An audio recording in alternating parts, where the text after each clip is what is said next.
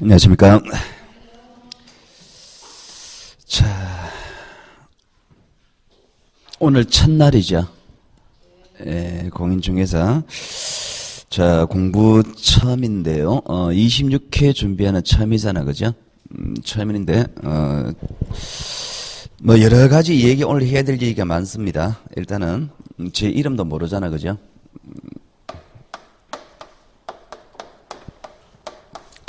제 이름이 이렇게 되고요. 오늘 이제 첫날에 우리가, 모든 강의 이제 처음 시작할 때는, 뭐, 오리엔테이션 이런 얘기를 하죠. 오리엔테이션, 뭐 이런 얘기를 하면서 이제 우리가 서론적 얘기를 좀 합니다. 서론적 얘기를 하는데요. 이 오리엔테이션 시간에 어떤 얘기 하느냐니까, 매달 이제 우리가 2개월마다 진도가 한 번씩 진행합니다. 2개월마다 진행할 때 매달 첫 진도, 첫날에는 항상 그 달에 이제 그 두 달 진도 저 진도 나갈 때 그 과정에서 처음에는 항상 오리엔테이션 시간에 어떻게 진행할 것인지 이런 얘기를 하거든요. 근데 오늘 같은 날은 또 26회를 준비하는 공부 처음이잖아요. 그죠? 해야 될 얘기가 상당히 많습니다. 오리엔테이션 시간에 해야 될 얘기 굉장히 많은데요. 뭐 여러 가지 얘기는 이제 한꺼번에 다 하려고 그러면은 그 얘기를 다 하려고 그러면 한 2시간, 3시간 걸릴 거야, 아마. 그래버리면 오리엔테이션만 하다가 오늘 수업 끝나잖아, 그죠? 그러면 안 되는 거죠. 이 추운 날씨에, 그죠? 이 추운 날씨에 이제 오늘 제일 춥죠, 오늘. 예, 추운 날씨에 이제 학원에 오셨으니까 뭔가 지식적 측면도 가져가야 될 거 아니에요, 그죠? 그런 측면에서 제가 오리엔테이션 시간에 이제 1시간 정도는 할 거예요, 아마.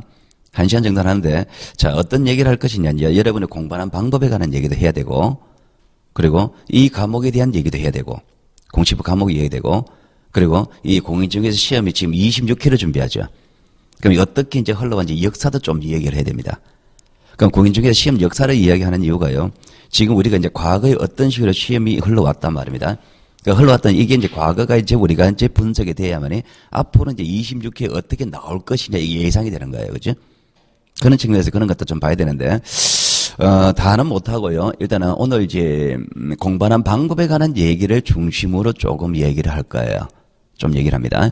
얘기를 하는데, 일단은요, 공부하는 방법적 측면에서는 또 이런 측면도 있습니다. 여러분이 공부할 때 이제, 예전에는 우리가 이제 여러분이 학교 다닐 때, 그때 당시에는 공부하는 방법이 책밖에 없었죠.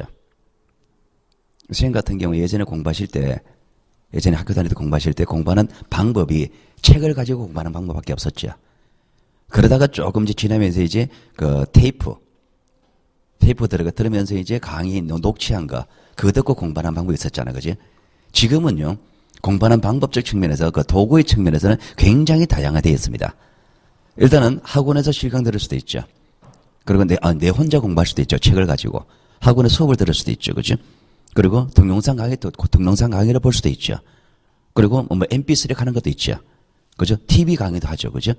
뭐 여러 가지 굉장히 도구적 측면은 굉장히 다양화되어 있습니다. 다양화되어 있고. 그리고 내가 이제 공부할 때, 그리고 예전 같은 경우는요, 공부할 때 내가 모르는 사항이 생겼습니다. 공부하다가, 책을 보다가 이제 혼자 공부하다가 모르는 사항이 생겼습니다. 그럼 어떻게 처리합니까? 예전에는. 시간이 걸리더라도 어쨌든 내가 알아서 그걸 해결해야 되죠. 예전에는. 그러니까 지금 어떻습니까? 물어볼 수 있습니까? 바로 물어볼 수 있죠. 그죠? 요즘 또 카페라는 게 또 활성화되어 있습니다. 강사들이 이제 운영하는 카페가 있어요. 카페 거기 이제 문답 기능이 있습니다.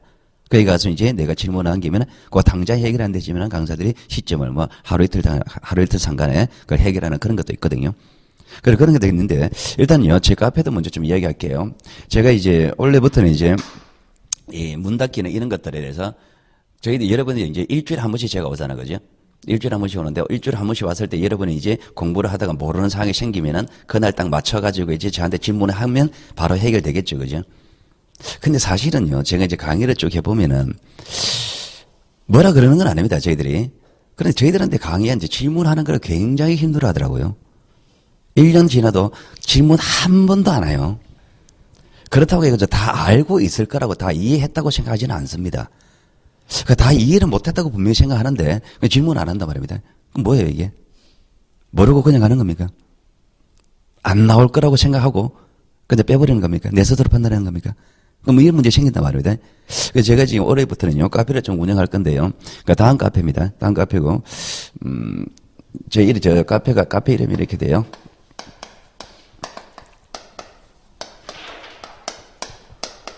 이렇게 제가 지금 운영을 합니다. 한 4, 5년 됐습니다. 카페. 가지고 제가 한 2, 3년간은 제가 그게 좀 손을 못 댔어요. 제가 다른 바쁜 일이 있어가지고 손을 못 대다가 올해부터는 이제 정상적으로 이게 좀 활성화시켜서 운영을 할 거거든요. 운영할 거니까. 자, 여기에서 자료 같은 건 이제 좀 보시고, 아직까지는 좀 미비합니다만 이제 그 자료 업데이트 되고 될 거예요. 그렇게 운영할 거니까 이것도 이제 한 적극적으로 운영해 보죠. 적극적으로 활용하시고. 자, 그리고, 본격적으로 이제 오리엔테이션에 해당하는 얘기를 좀 할게요. 자, 제가 지금 무슨 얘기를 할 거냐니까 첫 번째. 자, 시험 제도에 관한 얘기 그런 거는 나중에 이제 우리 공부하다가 지겨울 때 한 번씩 할게요. 할 거고. 자, 공부 방법에 관한 얘기를 좀 해야 됩니다. 방법.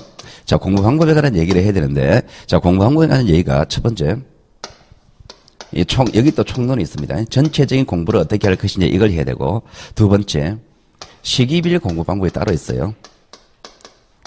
시기별 공부 방법에 관한 얘기를 좀 해야 되고요. 그리고 세 번째,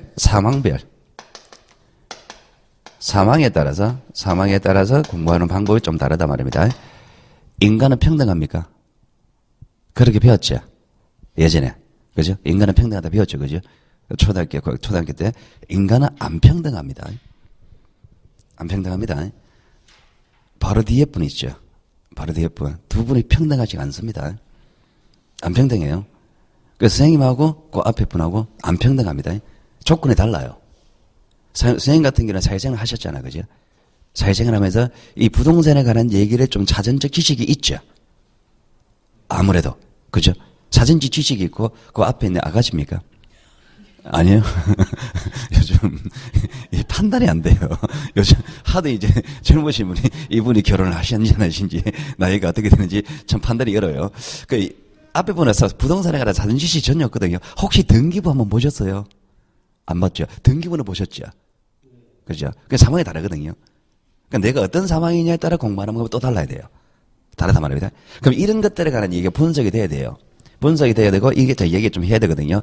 해야 되는데, 여기에 관한 얘기만 하더라도, 이 또 1시간 넘게 걸려요. 걸리니까, 일단 시기별 공부 방법에 관한 얘기, 이거는요, 2달마다 한 번씩 다르게 진행해야 되거든요. 지금 11월, 12월에 여러분이 해야 될 얘기가 있고, 해야 될 그 공부하는 방법, 공부할 내용이 있고, 그리고 5월, 6월에 해야 될 공부하는 내용이 있고, 9월 달에 해야 될 공부할 내용이 다르단 말입니다.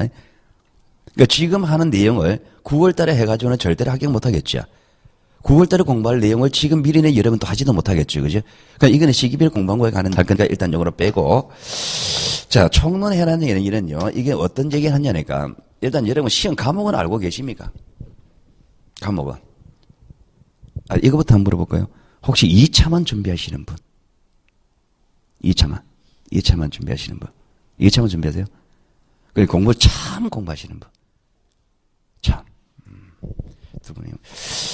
자, 참 공부하시는 방법에 관한 얘기, 참 공부하시는 분들이 이제 문제가 되는 겁니다. 지금 이게 우리가 공인중개사라는 시험이 26회까지 오다가 보니까요, 지금 이 시험이 상당히 고급화되어 있습니다. 자, 선생님 같은 경우에 지금 공인중개사 공부하시려고 이제 참 공부하려고 이제 학원에 오셨잖아요. 그죠? 공인중개사 이 자격증을 따려고 언제부터 생각하셨습니까? 얼마 안 됩니까? 보통 이 공부는, 그러니까 공부 처음 시작한데, 공부를 할 때, 다른 사람하고 사전 지식인데 상담도 하고 이렇게 해봤겠죠. 그죠? 그 상담 대상이 누군지는 뭐 다르게, 여러 측면이 있겠습니다만은, 공인중개사 공부가 쉬울 거라고 생각하시는 않으셨죠. 그죠? 이러다 보니까 지금 공인중개사 시험이 상당히 고급화되어 있습니다. 그러니까 누구는 다 공부해서 합격할 수 있는 시험이 아닌 게 돼버렸어요, 지금. 시험이란 것이 어떤 제도란 것이 시행이 되면서 계속 발전을 하잖아요. 그죠? 발전을 한다는 측면이 다르게 표현하면 문제는 어려워진다는 얘기입니다. 우리가 이제 이게 공인중개사 시험이 84년도인가 그때 처음 시작하거든요. 그때 당시는요, 여러분이 나중에 책이 나올 겁니다만은, 그때 당시에는 이제 84년 처음 시험 칠 때는요, 한 200페이지 되는 책 2권이 있었어요. 200페이지 되는 책. 한 2권, 그것만 하면은 시험 합격하는 시절도 있었어요. 지금은 이제 여러분들이 이제 나중에 되면은 책을 다 받게 될 겁니다. 한 권 받거든요. 다 한 권 삽니다. 근데 나중에 돼가지고 이제 내년 10월 달에 시험 칠 때쯤 되잖아. 그죠? 시험 칠 때쯤 되면은 여러분이 평소에 한 권 샀는 책의 양의 두께가 집에서 책을 이제 일주일에 쭉 사면 한 1m 정도 쌓일 거예요, 아마. 그 정도 될 겁니다. 뭐 기본수도 있고 문제집도 있고 요약집도 있고 등등등 차이가 많습니다. 자료가. 그 정도 됩니다. 그럼 이 정도 책을 이제 공부를 하는 거예요. 그러니까 이 시험이 결코 쉬운 시험이 아니에요. 쉬운 시험이. 아마 여기 계신 분도 아마 작년에 저 공부 처음 시작할 때 쉽게 생각하고 오셨죠. 그죠? 쉽게 생각하고 왔다가 이제 똑 떨어지고. 어쨌든 현실이 그렇잖아요. 똑 떨어지고. 이게, 제가 그랬잖아요. 내년에 오면 떨어졌다고 내가 좀 공개적으로. 그렇단 말입니다. 그죠? 그러니까 이거 공부하는 게 대충 생각하지 마세요. 대충 생각하지 마세요. 예전에는 그렇게 쉽게 시대가 공부하는 거 쉽게 합격하던 시절에서는 공인중개사 공부한다는 자체를 남한테 알리지를 않았습니다. 그죠? 이 공인중개사는 직업 자체를, 이 자격증 자체를 굉장히 저평가되어 있었단 말이죠. 그죠? 복덕방이잖아요. 그죠? 복덕방의 이미지 아시죠? 옛날에. 들어가면 일단 담배 연기 자욱하고, 테이블에는 고스톱 판이, 그죠? 하도가 깔려있고, 그죠? 뭐 그런 상황이잖아요. 그죠? 그런 상황, 그런 것들이 지금은 어떻습니까? 공인중개사는 사회적 인식이 안 그렇죠. 굉장히 사회적 인식이 높아져 있습니다. 높아져 있단 말입니다. 그러면 이제 사회적 인식이 높아지고 그러니까 아무나 합격할 수 있는 시험이 아니에요. 그 공부도 대충 해서는 절대로 합격 못 합니다. 못하고 2차만 한다 그랬죠. 지금 2차만 해가지고 지금 2차만 공부하시는 분들의 이제 평균 합격률이 그렇게 높지가 않습니다. 전체 1, 2차가 전체 합격률이 우리가 공개되는 것이 대충 한 10% 플러스 마이너스 이래 되죠. 그죠? 10% 플러스 마이너스 됩니다. 근데 2차만 하시는 분들은 예전에 한 21회, 22회까지는 그때까지는 거의 통과율이었어요. 1차만 합격하면 2차는 그나 8, 90% 합격했습니다. 지금은요. 2차만 준비하시는 분들의 합격률이 8, 90%안 됩니다. 안 돼요. 지금 2차만 하시는 분들 올해 같은 경우는 한 60% 정도 될 거예요, 아마. 60에서 70% 나올 거예요. 근데 한 3, 40%는 2차만 준비하시는 분 또 떨어진다는 얘기입니다. 그런 상황입니다. 그러니까 지금 이 시험이라는 것이 그래요.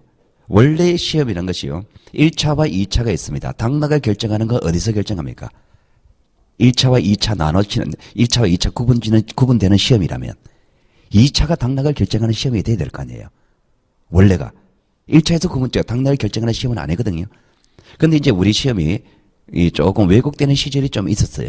왜곡되는 시절이 좀 있어가지고 옛날에 1차에서 당락을 결정하는 시험이 돼버렸던 거예요. 1차만 합격하면 2차는 그냥 통거래처럼 되는 그렇처럼 쉬는 시험이었단 말이에요. 그러다가 지금은 이제 2차에서 당락을 결정하는 시험이 되고 있어요. 2차에서. 실제로 여러분들이 이제 1차 과목, 2차 과목 있잖아요. 그죠? 이 과목은 다 아시죠, 이제? 뭐 앞에서 선생님들이 다 이야기했을 거예요. 아마 1차가 민법과 개론이잖아요. 그죠? 2차가 이제 등등등 과목이 있죠. 그죠? 아직까지 과목도 익숙하진 않을 거예요. 아마. 그럼 2차 과목인데 여러분이 실제 실무에서 필요한 거는요. 2차가 필요하거든요. 1차에 관한 얘기는 실제 실무에서 필요하지 않거든요. 2차 과목이 실제 실무에서 필요한 과목이기 때문에 여기서 당락을 결정하는 시험이 돼요. 그러니까 2차만 한다고 해서 절대로 만만하게 생각하지 마세요. 2차만 해가지고는 작년 같은 경우에, 올해 같은 경우에 한 60%, 70%까지 합격 못 합니다. 그런 문제 생기니까. 자, 일단 처음에는, 제가 또 빠져버렸는데요. 이 총론에 관한 얘기는 이제 뭘 하려고 그러냐니까. 여러분 시험에서요, 법 아닌 과목이 뭐가 있습니까? 법 아닌 과목. 부동산의 개론이죠. 부동산의 개론 빼고 나머지가 다 법입니다. 그러니까 법을 공부해야 돼요. 법을 공부해야 됩니다. 그러니까 법을 공부하는 방법이 있단 말이죠. 법을 공부하는 방법. 자, 법을 공부하는 방법인데 법이란 것이요. 이게 이겁니다. 이 법이란 글자가요. 이 글자가 합쳐가지고 법이 되거든요. 물숫자 플러스 갈것자가 합쳐가지고 법이 됩니다. 그런데 법이란 것이 물이 흘러가는 당연한 이치를 규정하는 법이에요. 물이 흘러가는 당연한 이치다 말입니다. 그 당연한 것을 법으로 규정한 겁니다. 법이란 것이 어려운 건 아니에요. 그러니까 법이란 것이요. 당연한 이치고 당연하게 누구나 생각했을 때 당연하게 나오는 결론들인데 그럼 여러분의 법이 어렵단 말입니다. 자, 물이 흘러갑니다. 물은 위에서 아래로 흘러갑니까? 아래에서 위로 흘러갑니까? 묻는 제가 이상하죠. 그죠? 뭐 그런 걸 묻나 그죠? 그럼 물이 흘러간단 말입니다. 물은 위에서 그죠? 아래로 흘러간다 그죠? 당연하죠. 그죠? 당연합니다. 그럼 이 당연한 얘기들을 왜 법이라고 얘기를 하느냐 말입니다. 그럼 이거는 당연히 아는데 이거는 잘 모르겠단 말입니다. 그 왜 그러냐니까 이 법에서 규정하고 있는 내용들을 여러분들이 이 법을 해석하기 위한 기초 지식이 부족해서 그래요. 물은 위에서 아래로 흘러간다. 자, 이 글자를 적었습니다. 이 글자 이게 안 된 사람 있습니까? 없죠? 다 이해되죠, 그죠? 왜? 이 문장이 이해되는 이유는 이 단어들을 여러분은 다 알고 있는 거예요. 단어들 뜻을 알고 있으니까 이 내용이 문장이 되고 이 문장이 이해되니까 이 물이 흘러가는 자연의 법칙이라는 것이 당연히 여러분 그 되는 거예요, 지금. 그런데 지금 문제 우리가 그런데 여러분들이 이런 내용은 다 알고 있지만은 근데 우리가 이제 일단 뭐 공시법이란지 그리고 공법이란지 민법이란지 이 법에 따라 일반적으로 그런 법의 내용들은 이해가 안 되는 이유는 왜 그럴까 말입니다. 왜 그럴까? 법은요 철저히 단어 뜻입니다. 개념입니다. 개념을 공부해야 됩니다. 말 뜻을 알아야 돼요. 이제 자료를 받았잖아요, 그죠? 자료를 받았습니다. 자료를 이제 여러분이 이제 계속 이제 수업 진행하면서 이제 책을 받을 거예요. 책을 받았습니다. 자, 책을 받았을 때, 자, 선생님 같은 경우에 제가 이렇게 한번 물어볼게요. 만약에 선생님이 이 책을 봤을 때, 자료를 받았을 때, 이 자료 내용을 한번 읽어봅니다. 읽어봤을 때 그 내용이 무슨 뜻인지 다 이해가 돼요. 학원에 오시겠습니까? 안 오겠죠? 그죠? 책을 쭉 읽어보니까, 서정한 책을 사보니까 그 책 문장이 이해가 돼요. 학원 안 오시겠죠, 그죠? 그럼 왜 학원에 오실까 말입니다. 왜 이 학원에 이 비싼 학원비 되고, 그죠? 왜 오시느냐니까, 여러분들 같은 경우에 내용을 읽어보고 그 내용 문장이 이해가 안 되기 때문에 오신 거예요. 그럼 그 문장이 왜 이해가 안 되느냐 말입니다. 한글이잖아요. 그죠? 한글인데 이해 안 되죠, 그죠? 왜 이해 안 되느냐니까, 그 문장에 사용되는 단어 뜻을 몰라서 그런 거예요. 여러분들 입장에서 이렇게 생각하시면 됩니다. 이 법에 관한 그 내용들이 하나의 외국어라고 생각하시면 됩니다. 옛날에 그 여러분이 예전에 처음 영어 공부할 때 그죠? 뭐부터 하셨습니까? 독해부터 하셨습니까? 영어 공부할 때. 단어부터 안 이었습니까? 그러죠? 그 단어 뜻이 이해되면 단어 뜻을 다 암기가 됐다면 그 문장 독해가 됩니까? 그죠? 마찬가지예요, 이거도. 이것도 이 책의 내용 문장이 이해 안 되는 거 단어 뜻만 알게 되면 그 문장이 이해된단 말입니다. 제가 극단적으로 이렇게 할게요. 법을 공부하는데 거창하게 생각하지 마시고, 법을 거창하게 생각하지 마시고, 제가 이런 얘기 합니다. 6월 말까지 그 법에서 사용되고 있는 그 과목에 사용되는 단어 뜻, 개념을 다 외우라 그럽니다. 이것만 외우세요. 다른 거 하지 마시고. 법의 논리, 거창한 논리 그런 거 하지 마시고. 이것만 하세요. 이것만 하시면 100% 합격합니다. 단어 뜻만 외우세요. 6월 말까지. 그럼 6월 말까지 이제 이론 과정이거든요. 그럼 이론 과정일 때, 이때 단어 뜻만 정확히 외우시면 7월 달부터 이제 문제 풀이도 간단 말입니다. 그럼 문제 풀이 할 때는 그 문장 독해가 돼요. 문장 해석이 됩니다. 문장 해석이 되면 시험 문제는 안 풀리기 어렵거든요. 그러니까 법을 공부하실 때요. 뭐 다른 것들은 뭐 다른 세부적인 측면 그런 거는 제가 설명하기는 아직 시점이 안 맞고 1월 달 가면은 또 이 총론에 관한 얘기를 다른 측면으로 제가 이야기할 거예요. 일단 11월, 12월 때는 기본적으로 단어 뜻을 외운다 이것만 생각하시면 됩니다. 이것만 생각하시고요.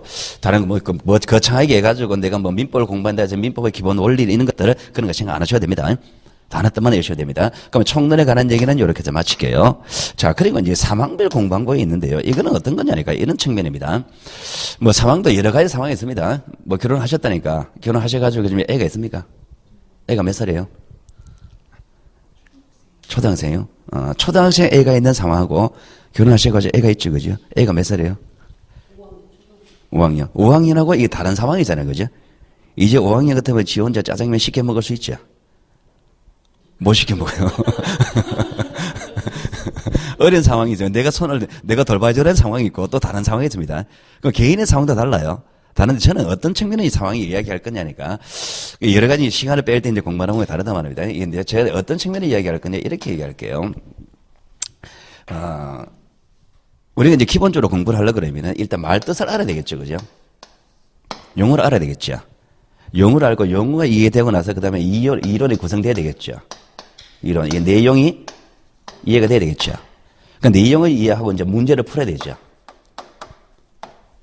그죠? 시험 제가 하려면, 그죠? 용어만 알아가지고는 시험 문제 못 풀잖아요. 용어를 알고 그다음에 내용이 이론에 정립이 되고 나서 그다음에 문제를 풀어야 될 거 아니에요. 그죠? 그 문제 푸는 능력이 생겨야만 시험자 가서 점수를 받을 수 있으니까. 그러면은 기본적으로 이것도 안 되어 있는 사람도 있죠. 용어도 모르는 사람도 있죠. 그죠? 그런데 기본적으로 용어는 어느 정도 되어 있단 말입니다. 법을 전공했다든지 또는 부동산에 대한 실무를 좀 했다든지 이런 용어는 말 뜻은 아는데 등기란 뭐 단어 그리고 어떤 단어 용어는 아는데 이 용어들로 구성되는 이론이 이해가 안 되는 사람이 있겠죠. 그죠? 그리고 또 상황에 따라서 본인 같은 경우는 이 용어 어느 정도 돼 있죠. 이론도 어느 정도 알죠. 근데 시험 점수가 안 나왔죠. 뭐 이런 사람도 있잖아요. 그죠? 아마 이 상황 되시는 분들은 대부분 이제 뭐 재수생들 공부를 좀 하신 분들 그런 상황이 될 거예요. 그럼 여러분은 어떤 상황이냐 말입니다. 여러분들은 이 상황일 거다 말입니다. 이 상황. 이 상황일 거니까 용어에 관한 얘기를 해야 됩니다. 이걸 먼저 해야 됩니다. 용어. 그러면은 이게 이제 어떻게 되냐니까 이 용어에 관한 얘기는요. 처음부터 여러분의 책을 가지고 이해하시려면 안 돼요. 일단은 이거를 이해하는 거는요. 일단 먼저 들어야 됩니다. 듣고. 자, 이거는 이제 기본서를 봐야 돼요. 책을 보면서 이제 용어 뜻을 알았으면 이제 책을 보면서 그 문장 독해하는 연습을 해야 돼요. 이제 봐야 돼요. 보고 그 다음에 문제를 풀어가는 과정이 돼야 됩니다. 그러니까 제가 지금 하고자 하는 얘기는 무슨 얘기냐? 처음부터 기본서를 하나하나 너무 많이 읽으려고 하지 마시라는 얘기입니다.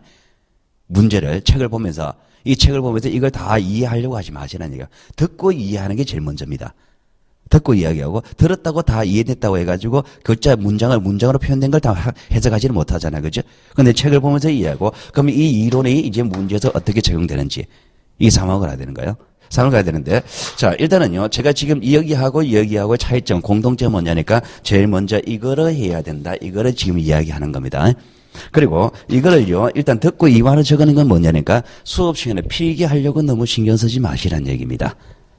일단은 용어에 관한 얘기가 돼가죠. 지금 딱 똑같은 용어라 하더라도 지금 제가 용어 설명하는 측면과 그리고 1, 2월 달에 용어 설명 같은 용어를 설명하더라도 시점에 따라서 제가 다른 측면으로 자꾸 갑니다. 조금씩 다르게 설명합니다. 왜 그러냐? 결국 이제 문제 푸는 게 목표니까. 문제 풀기 위한 수단으로서 점점 이렇게 조금 내용을 깊이 들어갈 거예요. 문제 푸는 그렇게 될 거니까 일단 먼저 들으셔야 됩니다. 자, 필기에 신경 쓰지 마시고요. 자, 일단은요, 오리엔테이션에 해당하는 얘기는 이걸로 마칠게요. 일단, 그리고 이제 저 수업 진행하면서 공부하는 방법에 관한 얘기는 계속 이야기할 겁니다. 이야기할 거고, 그리고 듣고라고 했죠. 그죠? 듣고라고 했습니다. 그러면은 수업을 안 나오면은 들을 수 있습니까? 안 나오면은 동강으로 들으시면 돼요. 공부하는 방법 측면에서 시강하고 동강이 있습니다. 동영상 강의 동강이 있습니다. 시강과 동강이 있는데요. 이 동강은 시강을 보완입니다. 보완이지 대체가 아니에요. 대체가 아닙니다. 동강을 가지고 공부할 때 그저 시험 인강만 듣고 동영상 강의만 듣고 시험 합격한 사람이 있거든요. 그래서 이런 얘기합니다. 저들은 농담 삼아 장사들 그러기를 합니다. 절대로 친해서는 안 되는 사람 유형이 있습니다. 남자들은 이제 담배 끊은 사람하고 그리고 인강 듣고 합격한 사람은 절대로 친해지면 안 된다 그래요. 웬만큼 안 독하고는 안 된단 말입니다. 진짜 진짜 독한 사람이 하는 거예요. 그러니까 이것만 가지고 공부해서 합격은 못 합니다. 내용이 부족한 것이 아니라 하지를 못해요. 하지를. 만약에 이제 하루에 4시간씩 인강을 듣잖아요. 그죠? 인강 4시간 꼬박꼬박 4시간 들을 수 있습니까? 들을 수는 있습니다. 들었습니다. 그런데 집중력은요, 이거보다 현저히 떨어집니다. 그럼 이거 실강 나왔을 때 들었을 때 내가 받아들이는 양을 동강만으로 하려고 그러면 2번 정도 반복을 해야 돼요. 집에서 하면. 그러면 집중력이 현저히 떨어지거든요. 그럼 이거를 한다고 하면 적어도 6, 7시간 해야 될 거 아니에요. 6, 7시간. 지금 우리가 성인이잖아. 그죠? 성인입니다. 아직 노안이라는 단어가 참 이렇게 와닿지가 않죠. 노안이라는 단어, 눈이, 그죠? 와닿지가 않을 거예요. 선생님 혹시 노안이라는 단어가 와닿습니까? 저는 지금 노안이 와요. 이게, 인강을 듣고 1년 공부해 보세요. 노안 옵니다. 안 보여요. 머리한테 조그마한 거 있잖아요. 그걸 계속해서 한번 봐보세요. 1년 봐보세요. 봐보면 눈 다 그래요. 듣지도 못해요. 그리고 이제 신체적 특징이 많은 차이가 납니다. 일단은요, 이 여자분들 같은 경우는 옆구리로 살려합니다. 옆구리로 살려납니다. 거기에 인강 듣고 계속 앉아있어 보면, 그 배가 나올 때 앞배가 나오면은 집어넣기 쉬워요. 앞배는. 옆구리는 웬만하면 잘 안 빠집니다. 그래 문제 생겨요. 생기니까. 이거는 절대로 대체가 아니에요. 보완입니다. 근데 우리가 이제 성인이다 보니까 이제 실강을 듣는 게 맞는데, 지금도 맞는데, 어쩔 수 없이 내가 빠져야 되는 일이 생길 수밖에 없잖아요. 성인이다 보니까. 그때 이거를 조금씩 보완으로 하는 것이지. 그리고 수업 시간에 이제 실강할 때 수업 시간에 쭉 진행하잖아요. 그러니까 내가 이해 안 됐던 부분이 있잖아요. 그런 것들을 이해 안 됐던 부분을 보완을 해가지고, 그 발췌를 해가지고 그 부분을 채우는 부분이지. 동강 이거를 대체를 하시면 안 돼요. 반드시 그렇게 하셔야 됩니다. 그렇게 하셔야 되고, 실강은 우선입니다. 우선이고, 어쩔 수 없이 이제 우리가, 여러분 같은 경우는 지금 실강을 들을 수 있는 상황이잖아요. 저쪽에 강원도 그 강릉 같은 경우, 실강 학원이 없거든요. 그럼 어떻게 합니까? 인강 들을 수밖에 없잖아요. 그죠? 그런 분들이 어쩔 수 없이 그렇게 하는 거예요. 그래가지고요, 여러분 실강 들을 수 있는 상황이니까, 반드시 실강 하셔야 됩니다. 자, 이렇게 하고요. 자, 공부방법 오리엔테이션에 해당하는 얘기는 이렇게 해서 마칠게요. 마치고, 자, 제가 담당하는 과목이 이 과목입니다.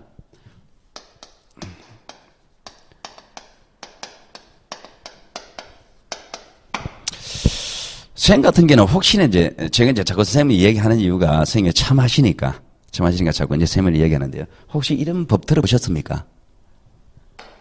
이런 법은 들어보셨죠? 이런 법 들어봤죠? 그죠? 이런 법, 형법 들어봤죠? 그죠? 근데 공시법은 들어보셨습니까? 공시법 들어보셨다 그러면은 상당한 사진 지식이 있는 분인데요. 이런 법이 없습니다. 공시법이란 법이 없어요. 이 민법, 헌법, 헌법 이런 것들, 이런 단행법이 있어요.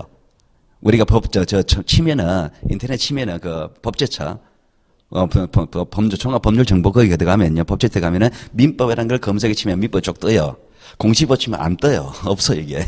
없습니다. 혹시 행정법이라고 들어보셨죠? 행정법은 들어보셨죠, 그죠? 그 행정법을 본 적이 있습니까? 없을 거예요. 행정법이라는 과목이 없어요. 그 국가 행정에 관한 법들을 모아서 행정법이라고 이야기하는 거예요. 그러니까 부동산 공시법도 마찬가지로 부동산 공시에 관한 법이 여러 개가 있어요. 그 법을 모아가지고 부동산 공시법이라고 그런 거예요. 그럼 부동산 공시에 관한 법인데, 공시란 말이 뭐냐니까 이 말입니다. 공시. 혹시 우리가 공개, 공고 이런 말 들어보셨죠? 뭐를 공개한다, 공고한다, 뭐 이런 말 들어봤잖아요. 그죠? 그 똑같은 단어입니다.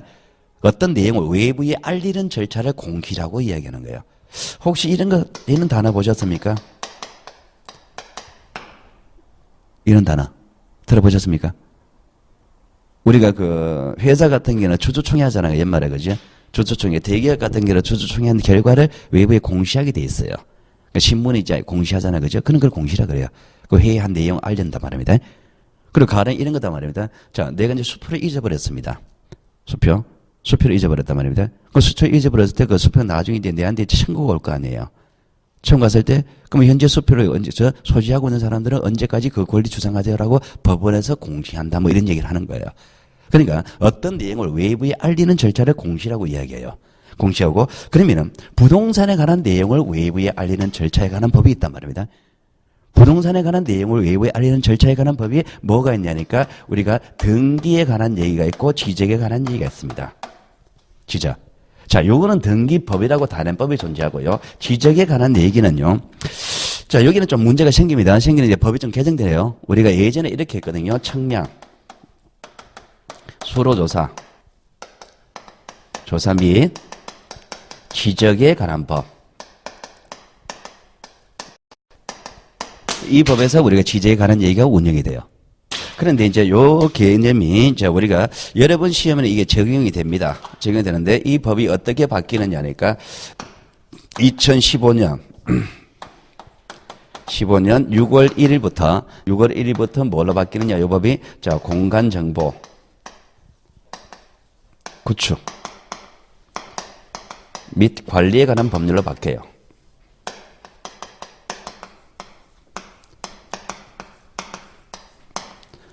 법으로 바뀝니다. 이게 법이 바뀌어요. 내년 6월 달부터. 그러면 여러분 시험은 26회 26개 시험은 여러분들은 이 법에 적용이 됩니다.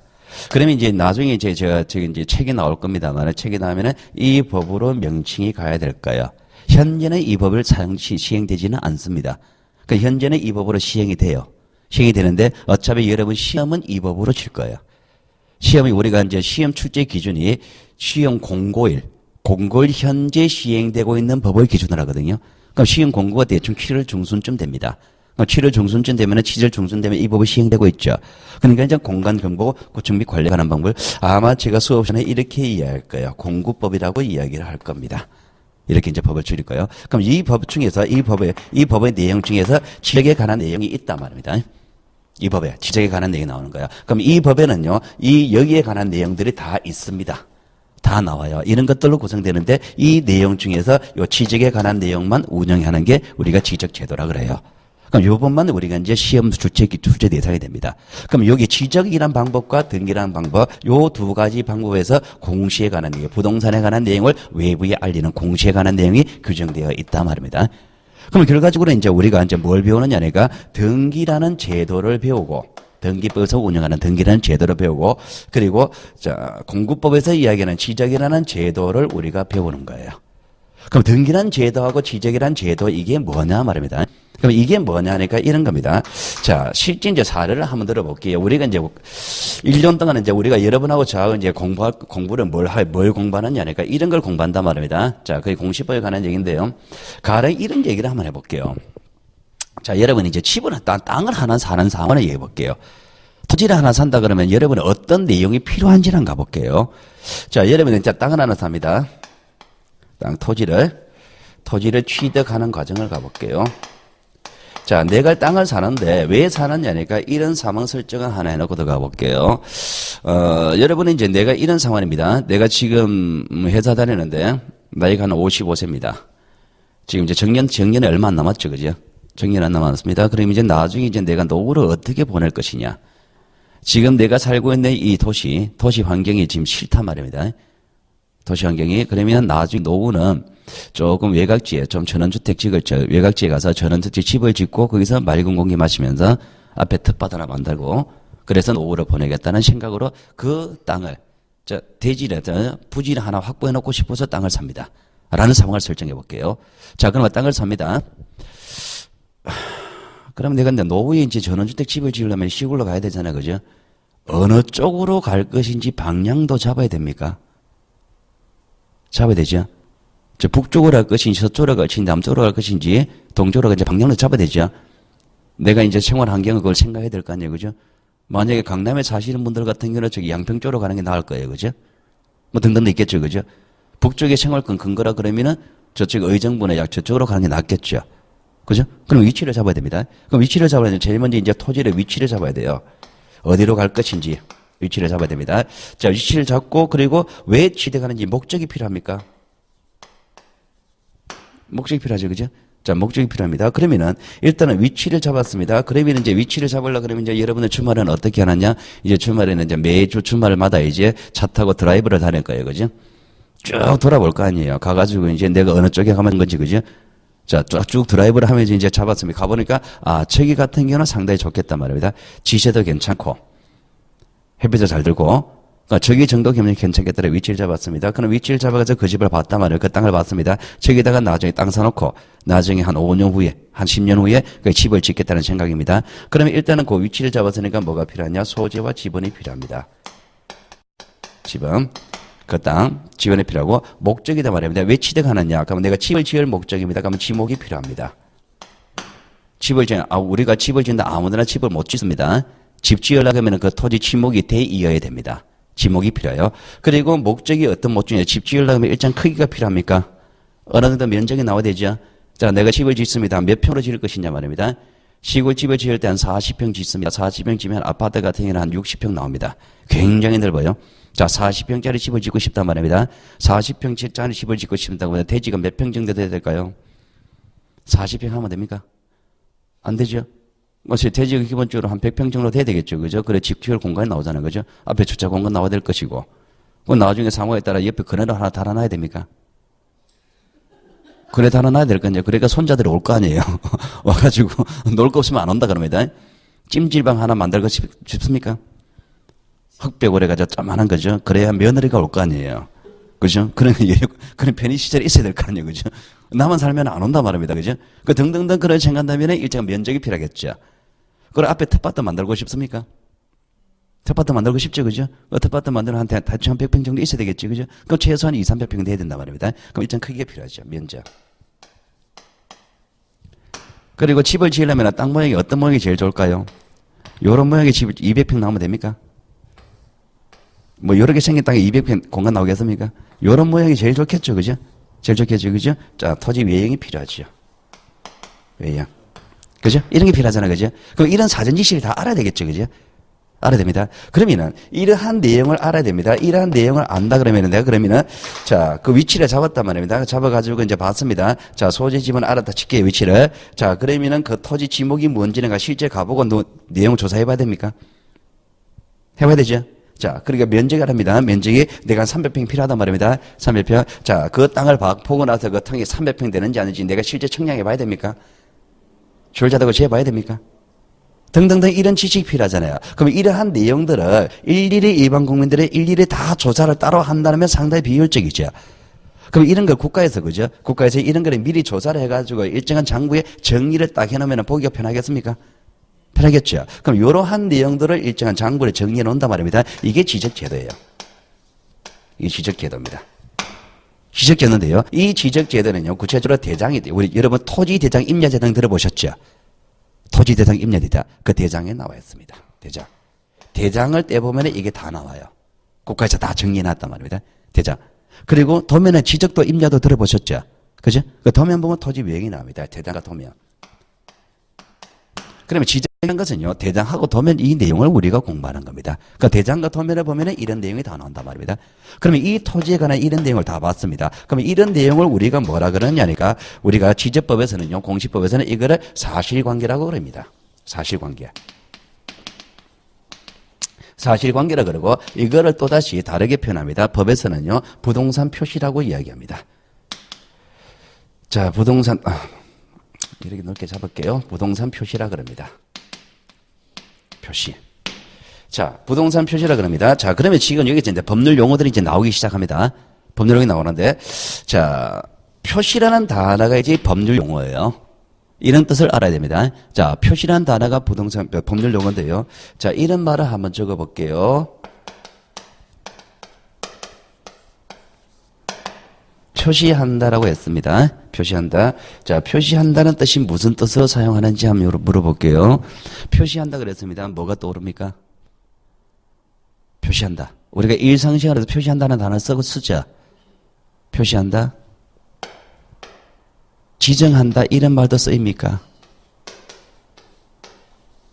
맞습니까? 표시한다. 내가 표시 찜했단 말이죠. 그죠?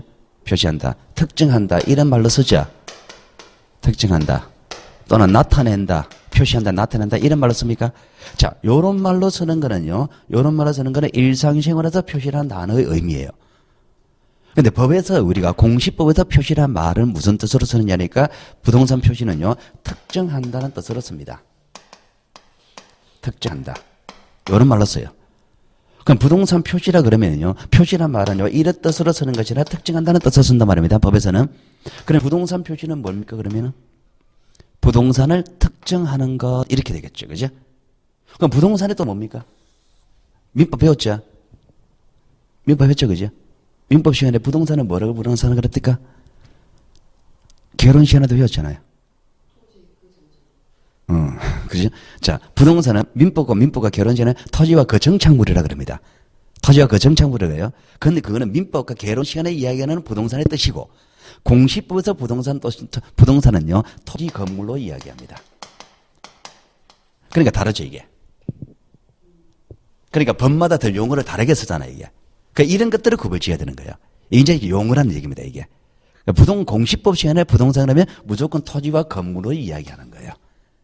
공시법과 세법 시간에 이렇게 얘기할 겁니다. 그러니까 다른 법에서는 부동산은 토지와 그 정착물 이렇게 해요. 그렇게 합니다. 그러니까 이런 걸 이제 하나하나 구별 지어야 되는 겁니다. 그러면 부동산 표시가 부동산의 토지와 건물이에요. 부동산 토지와 건물이고, 그리고 표시가 특정한다는 뜻이죠. 그럼 부동산 표시가 뭡니까? 부동산 표시 묶으면은 이게 특징한다는 얘기잖아요. 특징한다. 그럼 부동산 표시는 뭐냐면 토지를 특징하는 내용과 건물을 특징하는 내용 이렇게 구성되겠죠. 그 중에서 부동산 토지를 특징하는 내용 이게 토지잖아, 그죠? 토지를 특징하는 내용은 이게 토지를 특징하는 내용인 거예요. 이게 이제 외형이라는 것이 경계단 말입니다. 경계. 땅 모양입니다. 그럼 부동산 표시, 토지 표시는 이것이다. 이런 것들을 외우셔야 되는 겁니다. 그럼 토지 표시는 뭡니까? 그러면은 소재, 지번, 지목, 면적, 경계 이게 토지 표시입니다. 이렇게 되는 거예요. 지금 우리가 수업을 하고 있는 겁니다. 수업을. 그러면 건물에 관한 표시도 따로 있겠죠. 건물 표시 따로 있겠죠. 건물 표시에 관한 얘기는요, 좀 이따 다시 등기부 설명하면서 할 거예요. 그럼 소재, 지번과 그리고 종류, 구조, 면적 이렇게 나와요. 그래 구성되는 겁니다. 그러면은, 자, 이게 이제 사실관계, 토지의 사실관계, 부동산의 사실관계라 그런단 말입니다. 그러면은, 자, 그러면 이런 걸 알았습니다. 그러면 이런 내용을 알았다는 얘기는 이 토지 자체에 관한 내용을 알았다는 얘기입니까? 이 토지 자체에 관한 얘기죠. 그 토지가 어디에 있는지, 어떻게 사용할 것인지, 어느 정도 크기인지, 어떤 모양인지, 그 토지 자체에 관한 얘기죠. 그죠? 자, 그러면은, 이 토지 자체에 관한 얘기도 형성되어 있습니다. 자, 그럼 이제 내가 이 토지, 이제 내가 목적에 따라서 내가 집 지을 목적 크기에 딱 맞아 떨어졌습니다. 내가 저 토지를 사면은 내가 딱 목적 달성할 수 있단 말입니다. 딱 맞아요. 나중에 투자 가치 생각하더라도, 집을 안 짓고 판다 하더라도 그 목적 달성이 충분히 가능하단 말입니다. 딱 맞아 떨어진 토지 하나 취득해서 찾았습니다. 그러면 이제 사야 되죠. 그죠? 사야 됩니다. 그럼 사야 됩니다. 누구한테 사야 됩니까? 누구로부터? 그 소유자로부터 사야 되죠. 그럼 소유자로 사려면 소유자가 누군지 알아야 됩니까? 소유자 누군지 알아야 되죠. 그럼 이게 필요하잖아요. 소유자가 누군지, 소유자가 소유권을 누가 가지고 있는지 소유자가 필요하죠. 자, 소유자가 필요합니다. 자, 소유자가 누군지 필요합니다. 알아야 됩니다. 그러면 그 동네 슈퍼 가가지고 저 땅 주인 누군지 물어봐야 됩니까? 물어봐야 됩니까? 물어보면 압니까? 알 수도 있죠. 그런데 모를 수도 있죠. 뭐 세종시 같은 경우는요, 그 땅 주인 누군지요, 그 주민 현지인도 모를 거야 아마. 그럴 거 아니에요, 그죠? 외지인데 땅을 취득하는 경우도 있잖아요. 그럼 이 소유자를 알려면은, 그러면 그렇다고 해가지고 내가 그 슈퍼 주인한테 물어봐도 모릅니다. 그러면 이제 어떻게 알아야 되겠습니까? 일일이 찾으러 다닐 수는 없는 문제잖아요. 그럼 소유자가 누군지 국가에서 공적 정보로 정리해놓으면 편하겠습니까? 편하겠죠. 또는 소유자를 알아다 칠게요. 그럼 소유자 알았습니다. 그럼 땅값 흥정을 해야 되죠, 그죠? 그럼 땅값 계산할 때는, 땅할 때 매매 대금을 계산할 때는 그 토지에 대해서 담보 있는지 없는지 이런 걸 다 감안해야 됩니까? 그 토지 담보 있다면 담보 감은 금액만큼 빼야 될 거 아니에요. 등등등 그런 거 다 감안해야 되겠죠. 그럼 소유권만 알아서 되는 것이 아니고 소유권 이외에 여러 가지 어떤 권리가 있는지 이런 권리도 다 알아야 되겠죠. 그럼 이런 권리를 다 알아야 될 거 아니에요, 그죠? 그럼 이런 것들을 알려고 한다면 내가 일일이 조사하고 다닐 수는 없잖아요. 그럼 이런 내용들을 국가에서 장부로 정리해 놓으면 편하겠습니까? 편하겠죠? 이게 뭐냐니까 등기제도인 거예요. 등기제도. 그럼 이런 소유권과 소유권 아닌 권리, 이런 것들은 모두 묶어서 뭐라 그러냐? 이걸 권리관계라고 이야기하는 거예요. 권리관계. 그러면 우리가 이제 뭘 배우느냐니까, 우리가 공시법 시간에는요, 사실관계에 관한 얘기, 이거를 장부로 정리는 대장과 도면, 여기에 관한 얘기를 배우는 것이 시작이고, 그리고 권리관계에 관한 얘기를 정리하는 장부가 있단 말입니다. 그 등기제도에서 운영하는 것이 등기부입니다. 살아오시면서 토지 등기부, 건물 등기부 다 들어보셨죠, 그죠? 그 토지 등기부, 건물 등기부, 이 등기부를 배우는 거예요. 그러니까 여러분하고 저한테 공부하시 넓게 크게 이제 추정적으로 표현하면 시적과 등기제도를 배우는 것이고, 좀 더 이제 구체적으로 들어간다면은 대장과 도면에 관한 얘기를 배우고 등기부에 관한 얘기를 배우는 거예요. 그럼 이 대장과 도면과 등기부에 관한 얘기를 왜 공부를 하느냐 말입니다. 왜 공부를 하냐니까 여러분의 실무에 갔을 때, 나중에 학교 갔을 때 실무에 이제 중개를 할 거 아니에요, 그죠? 중개 출발이 이겁니다. 중개 출발이 이거예요. 자, 그러면 여러분이 나중에 이제 학교 가셨습니다. 학교 가셔가지고 이제 개업을 했습니다. 아파트 앞에 개업을 했습니다. 자, 개업을 했습니다. 개업했는데 이제 사무실 이제 오전 10시에 문을 열었어요. 근데 이제 11시쯤 돼가지고 그 주민 중에 누가 와서 이렇게 얘기합니다. 우리 집 좀 팔아주세요라고 집 내놨습니다. 그러니까 우리 집 팔아주세요라고 이야기를 하면서 그분이 집을 가지고 왔습니까? 사무실 집 가지고 와서 팔아달라 그럽니까? 안 그러죠. 그렇게 하라고 뭐합니까? 동호수로 이야기해 주죠. 몇 동 몇 호 팔아주세요 그러죠. 그럼 몇 동 몇 호 팔아주세요 그러면 이제 내가 물건을 확보했잖아요, 그죠? 그럼 나는 제일 먼저 뭘 하느냐 말입니다. 그 집에 가봐야 됩니까? 그 집이 어떻게 생긴지 가봐야 됩니까? 가는 것이 아니라 제일 먼저 대부분 인터넷 등기소 들어가가지고 그 동호수에 관한 등기부 등본을 떼는 거예요. 등기부를 떼는 겁니다. 등기부 등본을 떼가지고 이제 사무실에 딱 붙여두는 거예요. 그러니까 등기부 등본에 보면은 이 내용이 다 나와 있으니까. 누가 가지고 내 땅 좀 팔아주세요. 땅을 내놨단 말입니다. 그러니까 토지 지번을 가져요. 어디에 있는 몇 번지 좀 팔아주세요. 토지 지번을 가르쳐 준단 말입니다. 그러니까 지번을 가르쳐 주면 이제 지번에 관한 등기부를 떼는 거예요. 사무실에 비치준단 말입니다. 그 사무실에 비치해두고 그리고 대장 등본을 떼는 거예요. 그 사무실에 비치해두는 겁니다. 그러고 있는 나중에 이제 오후 1시쯤 돼가지고 자 어떤 손님이 왔습니다. 와가지고 여기 집 나온 거 있습니까? 라고 이야기합니다. 그럼 집 나온 거 있습니까? 라고 하면 집 나온 거 있잖아요. 그죠? 물건 확보한 게 있잖아요. 그죠? 자, 집 나온 거 있습니다. 자, 그 집에 바로 데려갑니까? 이 집입니다. 라고 보여주러 갑니까? 안 하잖아요. 뭘 내밉니까? 등기부를 내미는 이 집입니다. 라고 이야기하잖아요. 그죠? 그 중개 시작이 그런 거예요. 중개 시작이. 어느 사람이 땅을 살았단 말입니다. 땅 판다고 합니다. 이 땅 사자로 가면 땅에 대한 설명을 할 거 아니에요. 설명합니다. 설명할 때 뭘 가지고 설명합니까? 토지 중개한다면 뭘부터 설명할까요? 도면부터 꺼내는 거예요. 도면부터 꺼내가지고 도면 이 땅입니다. 이 땅. 이 땅이 이제 그 도면에 이제 도로가 어떻게 형성되어 있고 그리고 그 땅이 어떻게 생긴지 다 나온단 말입니다. 도면 꺼내고 대장을 꺼내는 거예요. 이 땅이고 이 땅 내용은 이겁니다라고 대장에 꺼낸단 말입니다. 그럼 대장 보면 있는 내용이 다 나와 있죠. 도면 내용은 다 나와 있죠. 그러면서 이제 등기부를 꺼내는 거예요. 그럼 이게 이 땅에 대해서 그 사람이 이제 합의가 됐단 말입니다. 이 땅에 딱 정딱 하나 말입니다. 그럼 이제 등기부 꺼내가지고 이 사람의 소유자 누구, 현재 담보가 얼마 설정돼 있고, 이 물건은 어떤 설정돼 있으니까 이런 상황이다라고 설명이 들어가는 거예요. 그죠? 그래, 중개를 하려고 그러면은 나중에 신고가처 중개할 때 이 대장과 도면과 등기부가 이게 중개 시작인 거예요. 그러니까 이걸 정확히 알아야 되겠죠. 그죠?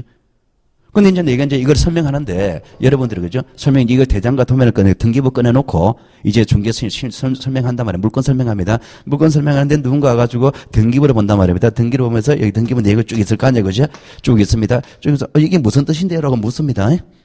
이게 무슨 뜻인데요? 묻습니다. 나도 모르겠단 말입니다. 이거 몰라도 됩니다. 라고 해서 이야기하면 됩니까?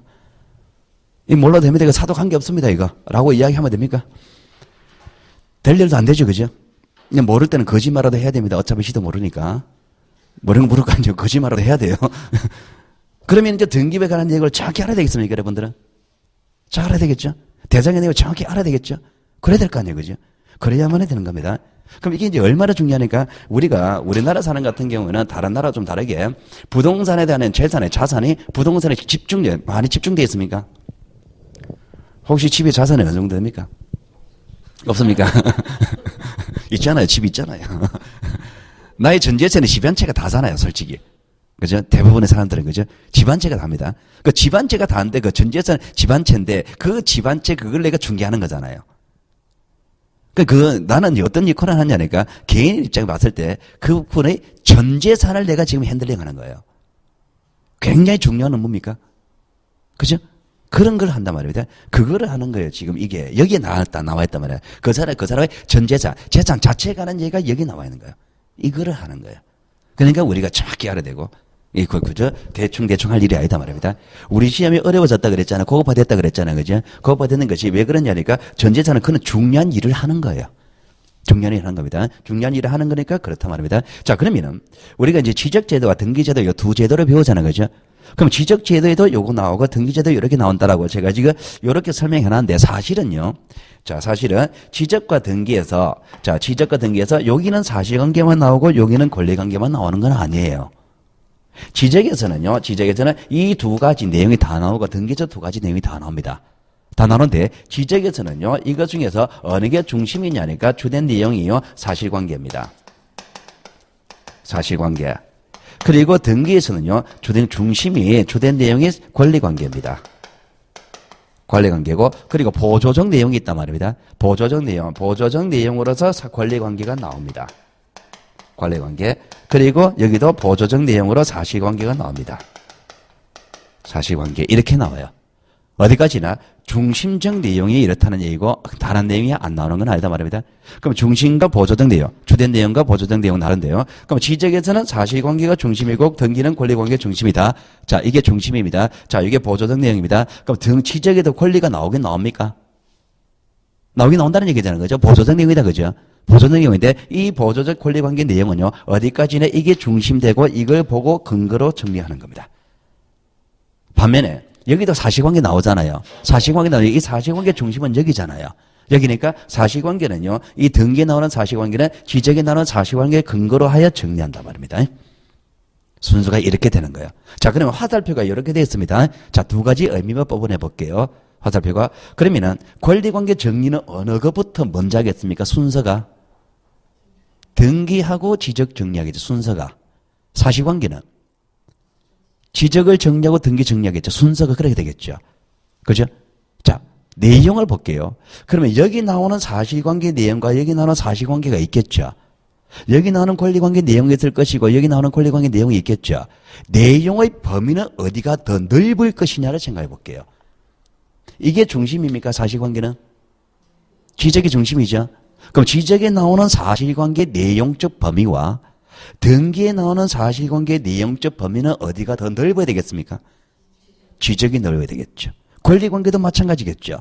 권리관계 내용적 범위는 등기가 지적보다 더 넓어야 되겠죠. 자, 그게 두 번째 의미고. 자, 세 번째. 여기 나오는 사실관계 내용이 하나, 둘, 셋, 넷, 다섯 개가 있다 칠게요. 그러면 여기는 다섯 개보다는 적겠죠. 네 개만 나옵니다. 자, 그러면 네 개만 나온다는 얘기는 네 개의 범위는 공통입니까? 공통이죠. 그럼 공통되는 내용은 서로서로 일치를 해야 되겠습니까? 일치해야 되겠죠. 근데 공통되는 내용이 서로서로 일치되는데 어디까지는 이게 기준이겠죠. 근데 만약에 사실관계 내용이 지적과 등기에 나오는 사실관계 내용이 서로서로 불일치하다라고 하면은 어느 게 기준이 돼야 되겠습니까? 지적이 기준돼야 되겠죠. 그럼 뭐가 틀렸다는 얘기입니까? 등기가 틀렸다는 얘기죠. 그럼 사실관계 내용이 불일치할 때는 등기를 뜯어고치는 변경을 해야 되겠죠. 뭐 이렇게 이제 시험 문제 들어가는 거예요, 이게. 이렇게 이제 시험 문제 들어가는 거예요. 이게 시험 문제. 그럼 똑같은 얘기다, 그죠? 권리관계도 마찬가지로 권리관계는 여기가 더 넓겠죠. 이게 기준이니까. 이게 주된 내용이니까. 그럼 권리관계는 여기가 좁겠죠, 그죠? 그러면 권리관계가 서로서로 불일치하다면 어느 게 맞는 거예요?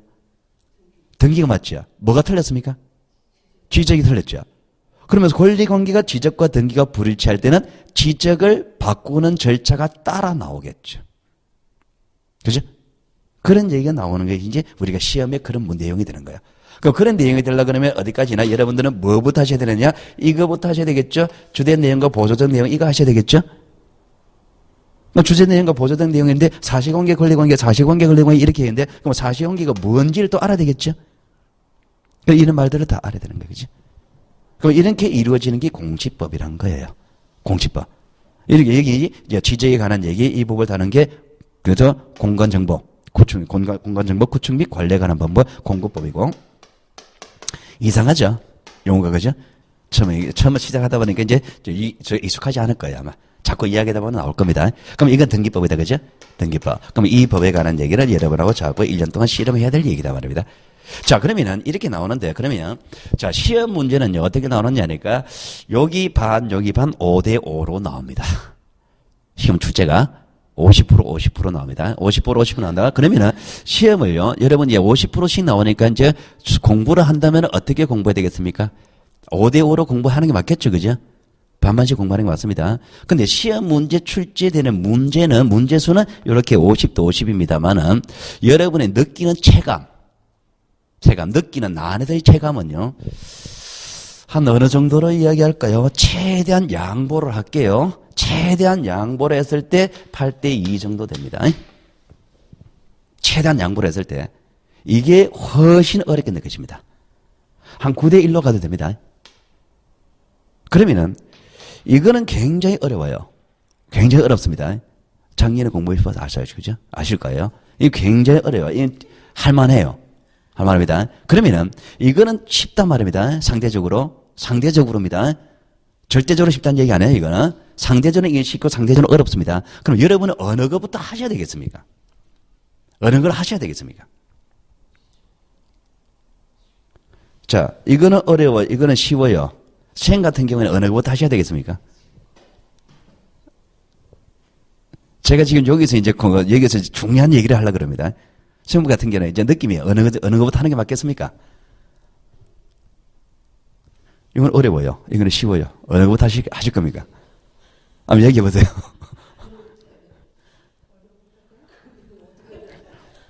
확률은 50%입니다. 자, 여기서 무슨 얘기를 하냐니까 공인중개사 시험의 시험의 특징을 알아야 돼요. 공인중개사 시험은요, 공인중개사 시험은 상대평가입니까? 절대평가입니까? 절대평가죠. 몇 점 맞으면 됩니까? 60점 맞으면 되죠. 60점 맞으면 되는 시험입니다. 그런데 여러분 혹시 그 절대평가 시험을 공부를 해보셨습니까? 운전면허증 말고. 대부분 그래요. 그럼 여러분이 공부하는 모습은, 공부하는 과거에 공부하는 그 방법, 그 내용들은요, 다 상대평가예요. 상대평가의 공부는요, 100점이 목표입니다. 다 알아야 되는 거예요. 다 알아야 되는, 만약에 이게 상대평가라 그러면은 어차피 해야 되는 겁니까? 그럼 이걸 먼저 해야 돼요. 이걸 어차피 해야 되는 거니까. 이걸 먼저 해놓고 나서 나 쉬운 거 이걸 나중에 챙겨가는 이런 순서로 가야 됩니다. 상대평가라면. 절대평가죠. 절대평가라면 어느 거 먼저 해야 됩니까? 쉬운 걸 이걸 해야 돼요. 이걸 해야 돼요. 이걸 먼저 하고 이걸 해야 돼요. 그렇게 돼야 합니다. 어디서 점수를 따야 됩니까? 여기서 점수를 따야 되는 거예요. 그럼 우리가 60점 맞으면 되는 거잖아, 그죠? 60점 맞으면 되는 시험입니다. 그럼 60% 맞으면 돼요. 그럼 5대5로 나온다고 그랬죠. 여기 50% 그랬죠. 그럼 이건 극단적으로, 이거는 100점 맞죠? 50점. 그리고 여기는 10점. 이렇게 맞아야 되는 거죠, 그죠? 이 작전으로 가야 되는 겁니다. 그러니까, 일단 기본적으로 지제법은 여기는 내가 여기 점수를 많이 확보하는 방법으로. 그러니까 여기서는 기본적인 점수하는 방법으로. 그래서 우리가 70점을 목표로 가는 겁니다. 60점을 했다 가지고 60점 못 맞으면 안 되잖아, 그죠? 한 개 틀려버리면 안 되잖아, 그죠? 그러니까 70점 목표로 가는 겁니다. 그럼 70점 목표로 가려면 여기서는 45%. 이래 맞아야 돼요. 45% 맞고, 여기서 한 25% 맞고, 이 작전으로 가야 돼요. 이 작전으로. 그러면 여기서 이제 12개 나온단 말입니다. 12개 나오면 여기는 무조건 10개는 맞아야 돼요. 여기서. 무조건 10개는 맞아야 되고, 그리고 여기서는 6개 맞는 목표로 가야 되는 겁니다. 그러면 16개 나오죠, 그죠? 세법에 또 16문제 있잖아요. 그래서 한 10개 맞습니다. 세법은 10개 맞아요. 그러면은 16개, 10개, 그러면 26개입니까? 그러면 65점 나오는 거예요. 65점. 그러니까 공시세법에서는요, 뭐 다른, 2차 과목에서 어떻게 이제 합격 평가 기준은 그건 알고 계시죠, 그죠? 어떤 과목에서 뭐 가력 없이 평균 60점이잖아요, 그죠? 그럼 평균 60점이라면 어떤 과목, 어려운 과목은 다른 데 좀 도움을 받아야 됩니까? 좀 쉬운 과목은 좀 보태줘야 되죠, 그죠? 그거는요, 공법하고 중개사법 저거들끼리 하는 겁니다. 공법하고 중개사법 저거들끼리 이제 주고받고 해야 돼요. 공시세법은요, 줄 것도 없고 받을 것도 없습니다. 우리가 봐달라 그러면, 우리는 이제 뭐 점수가 모자라자 다른데 봐달라 그런단 말입니다. 봐달라 그러면 중개사법을 굉장히 고득점을 해야 돼요. 고득점하기 힘듭니다. 고득점. 모든 과목에서 80점까지는 어느 정도 공부를 조금만 맞을 수 있어요. 그러니까 80점 이상 가려고 그러면 굉장히 힘들어요. 그러니까 여기서는 우리는 공시세법에서는 줄 것도 없고 받을 것도 없고 우리는 내목만 챙기면 돼요. 내목만. 그거 챙기면 65점 맞으면 된단 말입니다. 그럼 고작전으로 가는데 그러면은 그럼 수업을 어느 것부터 먼저 해야 된다? 지제부터 먼저 해야 된다. 그죠? 지제부터 먼저 합니다. 언제부터? 1월 달부터. 1월 달부터는 지적을 먼저 할 거예요. 그럼 11월, 12월 달은요. 우리가 기본적으로 용어입니다. 그럼 12개 중에 6개는 맞으려면 50% 맞아야 되지. 그죠? 그래 맞아야 됩니다. 그래 맞으려면 기본적으로 내용을 좀 해야 돼 이거를. 기본적인 내용을 좀 해야 된단 말입니다. 그 기본적인 내용을 하는데 그 기본이 어려워요, 이게. 기본이. 그래서 지금 11월, 12월은요, 뭐부터냐? 등기에 관한 얘기를 좀 할 거예요. 등기에 관한 용어를 제가 설명을 좀 할 겁니다. 그 번째로 등기부부터 설명할 거예요. 그러니까 등기에 관한 얘기를요, 용어로 좀, 등기에 관한 얘기를 좀 다루고 나서, 그럼 1월 달부터는 이제 본격적 진도, 2달이 딱 끝날 때는요, 여기에 관한 얘기를 먼저 하면서 갈 겁니다. 자, 그래 갈 거고요. 자, 전체적인 지금, 한 시간 지났잖아요. 그죠? 전체적인 공부하는 방법에 관한 얘기, 그게 공시법 설명. 공시법이 이런 것이다를 설명했고요. 자, 본격적인 수업은 이제 등기법부터 들어갑니다. 등기법 용어 설명 들어가는데요. 11월, 12월은 제가 용어 설명 위주로 갈 거예요. 말 뜻을. 혹시 가압류라고 들어보셨습니까? 가처분 들어보셨습니까? 가처분은 등기 필증이라는 단어 들어보셨습니까? 표제보 갖고 올 거 들어보셨습니까? 뭐 그런 것들은 이제 여러분이 생전 처음 들어보는 나라. 그리고 가압류 가처분 들어보셨을 거예요. 이 가압류 가처분이 뭔지, 등기부에서 이게 뭐라고 사용하는 건지 그런 용어를 정확히 알아야 되는 겁니다. 그 정확히 하는 건 그건 등기법에 관한 얘기를 이제 잠시 후에 두 번째 시간부터 할게요. 자, 잠시 쉬었다 하겠습니다. 잠시 쉬겠습니다.